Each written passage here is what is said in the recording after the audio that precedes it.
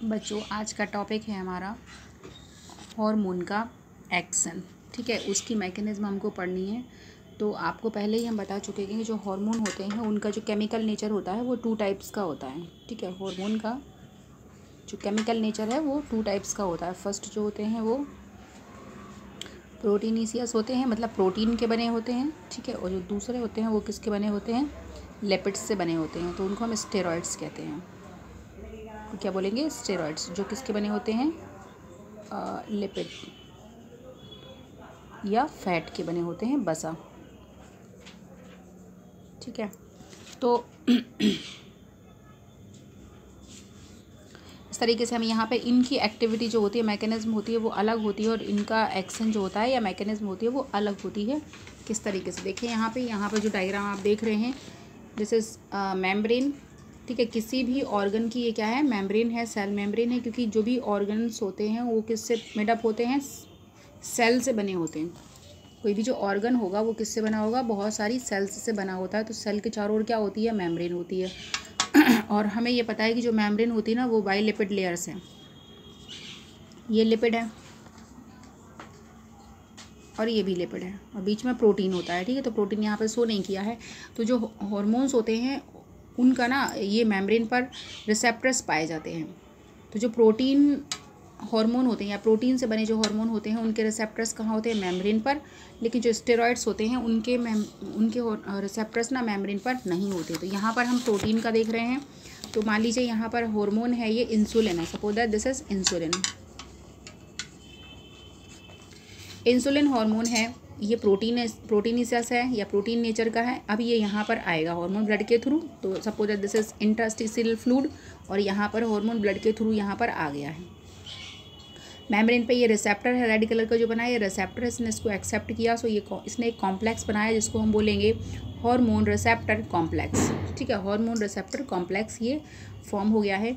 जैसे ही ये रिसेप्टर्स यहाँ अटैच होते हैं तो ये कुछ केमिकल सिक्रेट करते हैं। ये कुछ केमिकल सिक्रेट करेगा यहाँ पर, लाइक साइक्लिक AMP या कैल्शियम आयंस। ठीक है, तो यहाँ पर केमिकल सिक्रेट किया तो वो केमिकल रिस्पॉन्स करेगा।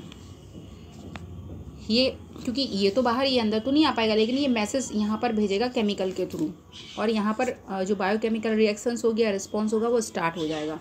मतलब जो भी उसका एक्शन है। इंसुलिन का क्या वर्क होता है, इंसुलिन ग्लूकोज को किस में कन्वर्ट करता है, ग्लाइकोजन में कन्वर्ट करता है। ठीक है, अगर मैंने ये इंसुलिन लिया है तो मान लीजिए कि ये हेपेटिक सेल है, यहाँ पर वैसे लिखा है कि ये ओवरी सेल है, तो यहाँ एंड्रोजन या एस्ट्रोजन हार्मोन की बात हो रही होगी। ठीक है, लेकिन एंड्रोजन या ओवरी है तो यहाँ पर प्रोजेस्टेरॉन और एस्ट्रोजन की बात होगी।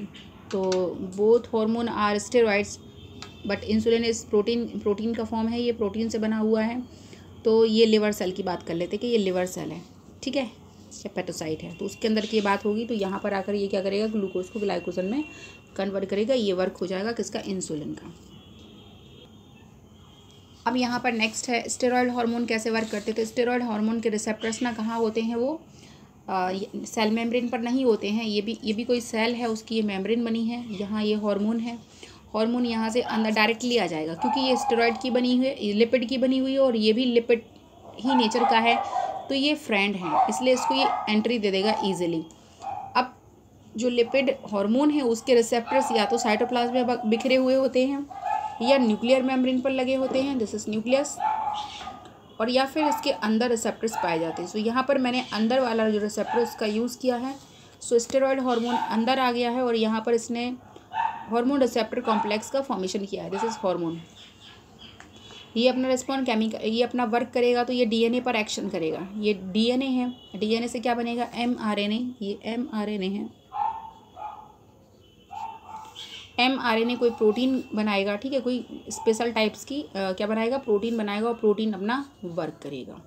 इस तरीके से ये एक्शन होता है। या कोई भी टिश्यू, मान लीजिए कि जो प्रोटीन बना है वो growth of tissue and differentiation of tissue, ये वर्क करना चाहता है वो। तो इस तरीके से स्टेरॉयड हार्मोन की मैकेनिज्म कंप्लीट हो जाती है।